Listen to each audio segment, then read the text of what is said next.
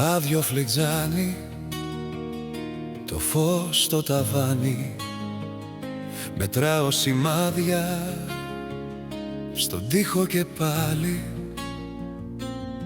Δύο καρέκλες, μα κάθομαι σε μία. Το πλυντήριο γυρίζει, τα ροχά με βία. Κλειστά παραθυρόφυλλα, μα έξω ο ήλιος γελάει. Ακούω παιδιά στη γωνία να τρέχουν σαν χαρά που περνάει.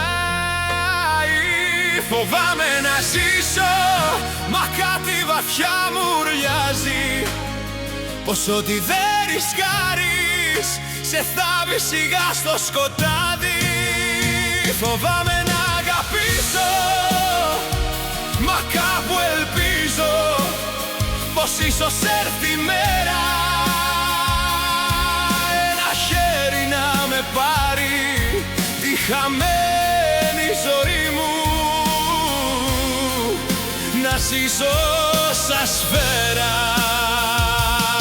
Κι αν χτυπήσεις μια μέρα την πόρτα, θα προλάβω να ανοίξω, ή θα είμαι στο ίδιο δωμάτιο να κρύβομαι απ' τον ήλιο. Ζούσες μες στα όνειρά μου πριν σε δω μπροστά μου. Κάθε νύχτα σε φώναζα με το όνομά σου.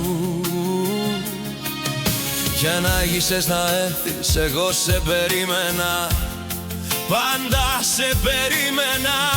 Και πίστευα έστω για αργά μια μέρα θα φανείς. Φοβάμαι να ζήσω, μα κάτι βαθιά μου λιάζει, πως το ότι δεν ρισκάρεις σε θάβει σιγά στο σκοτάδι. Φοβάμαι να αγαπήσω, μα κάπου ελπίζω πως ίσως έρθει η μέρα ένα χέρι να με πάρει τη χαμένη ζωή μου, να ζήσω σαν σφαίρα. Μάζευα βράδια, σιωπές στο δωμάτιο, έσωνα θέση για σένα, μήπως έρθεις στα όνειρα.